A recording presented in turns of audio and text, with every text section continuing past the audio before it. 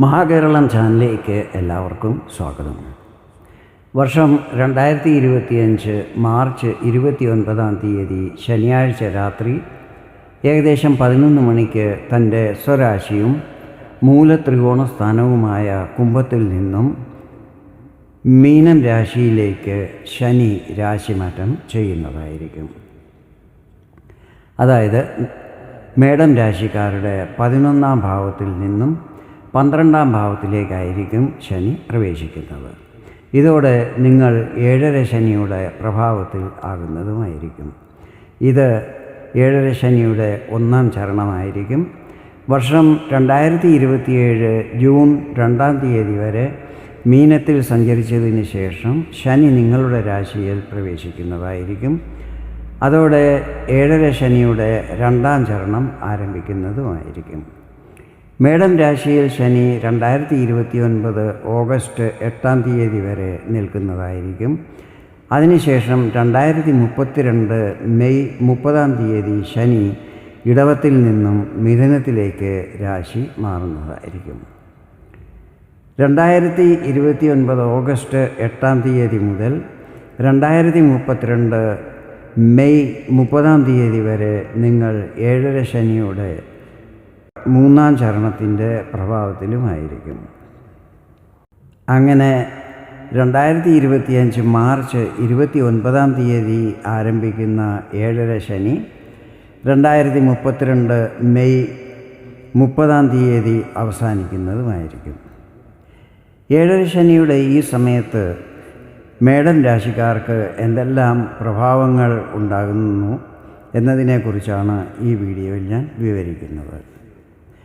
ശനി നിങ്ങളുടെ 10ഉം 11ഉം ഭാവങ്ങളുടെ അധിപനാണ്. ശനി കർമ്മപ്രിയനാണ്. ശനിയെ ഒരു ന്യായാധിപതിയായിട്ടാണ് ജ്യോതിഷത്തിൽ വർണ്ണിച്ചിരിക്കുന്നത്. ശനി കർമ്മഫലപ്രദായിയുമാണ്. മകരം കുംഭം രാശികളുടെ അധിപനാണ് ശനി. കുംഭം രാശി മൂലത്രികോണ സ്ഥാനവും കൂടിയാണ്. തുലാം രാശി ശനിയുടെ ഉച്ചസ്ഥാനവും മേടം രാശി നീചസ്ഥാനവുമാണ്. 2025 മാർച്ച് 29 ശനി നിങ്ങളുടെ 12ാം ഭാവത്തിൽ പ്രവേശിക്കുമ്പോൾ നിങ്ങൾക്ക് മാനസികമായി കുറച്ച് ഡിസ്റ്റർബൻസ് അനുഭവപ്പെടുന്നതായിരിക്കും. ഈ സമയത്ത് ചിലവുകൾ വർദ്ധിക്കുന്നതാണ്.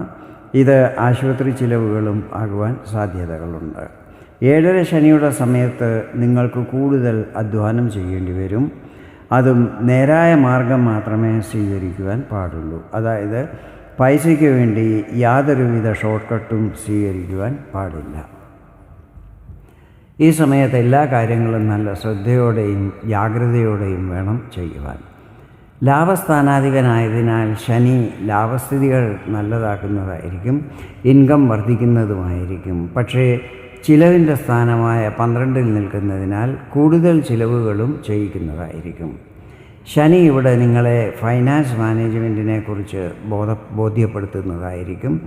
ഈ സമയത്ത് ചിലവുകൾ എങ്ങനെ കൺട്രോൾ ചെയ്യണം, എവിടെയൊക്കെ ധനം നിക്ഷേപിക്കുന്നത് ശുഭകരമായിരിക്കും. കടം എടുക്കുന്നതിനെക്കുറിച്ചും കടം കൊടുക്കുന്നതിനെക്കുറിച്ചും ബോധവാനാക്കുന്നതായിരിക്കും. അതിനാൽ ഈ കാര്യങ്ങൾ മനസ്സിലാക്കി അതനുസരിച്ച് ഉചിത തീരുമാനങ്ങൾ എടുക്കുന്നവർക്ക് ശുഭഫലങ്ങൾ തീർച്ചയായും ലഭിക്കുന്നതായിരിക്കും. അങ്ങനെ ചെയ്യാത്തവർക്ക് പ്രതികൂല ഫലങ്ങളുമായിരിക്കും ലഭിക്കുന്നത്. ഇവിടെ ഒരു കാര്യം കൂടി നിങ്ങളോട് പറയാൻ ആഗ്രഹിക്കുന്നുണ്ട്.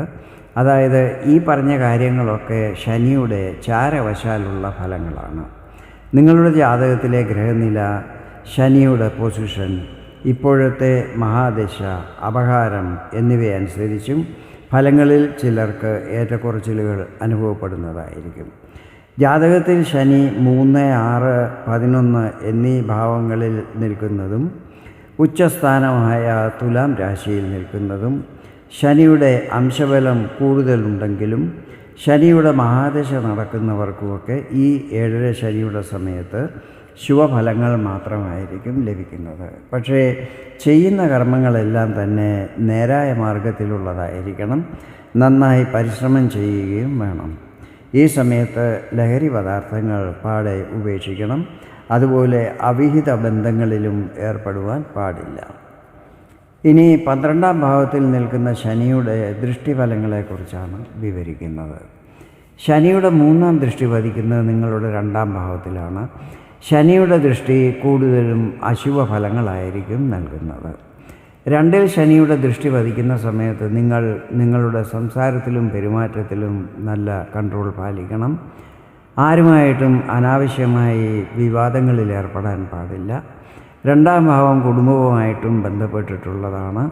ഈ സമയത്ത് ബന്ധുക്കളുമായും മറ്റും നല്ല സ്വരച്ചേർച്ചയോടെ വേണം ഇടപെടാൻ. ഇത് ധനസ്ഥാനവുമാണ്. ഫൈനാൻസ് മാനേജ്മെൻറ്റിനെ കുറിച്ച് നേരത്തെ ഞാൻ പറഞ്ഞതായിരുന്നല്ലോ. പണമിടപാടുകൾ ബുദ്ധിപൂർവ്വം ചെയ്യുന്നവർക്ക് ഈ സമയത്ത് പ്രശ്നങ്ങളൊന്നും തന്നെ ഉണ്ടാകുന്നതല്ലായിരിക്കും.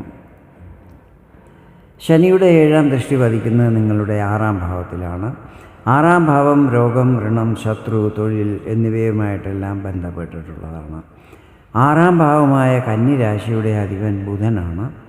ബുധൻ ശനിയുടെ മിത്രഗ്രഹവുമാണ്. അതിനാൽ ഈ ഭാവത്തിൻ്റെ നെഗറ്റീവ് ഫലങ്ങളിൽ കുറച്ചൊക്കെ ആശ്വാസം പ്രതീക്ഷിക്കാവുന്നതാണ്. ശനിയുടെ 10-ാം ദൃഷ്ടി പതിക്കുന്നത് നിങ്ങളുടെ ഭാഗ്യസ്ഥാനമായ 9-ാം ഭാവത്തിലാണ്. ഇത് നിങ്ങളുടെ ഭാഗ്യസ്ഥിതികളെ പ്രതികൂലമായി ബാധിക്കുവാൻ സാധ്യതകളുണ്ട്. പക്ഷേ ഭാഗ്യസ്ഥാനാധിപൻ ഗുരുവിൻ്റെ 7-ാം ദൃഷ്ടി ഭാഗ്യസ്ഥാനത്ത് ശനിയുടെ ദൃഷ്ടിയോടൊപ്പം പതിക്കുന്നത് ശനിയുടെ ദൃഷ്ടിദോഷത്തെ മാനേജ് ചെയ്യുന്നതായിരിക്കും.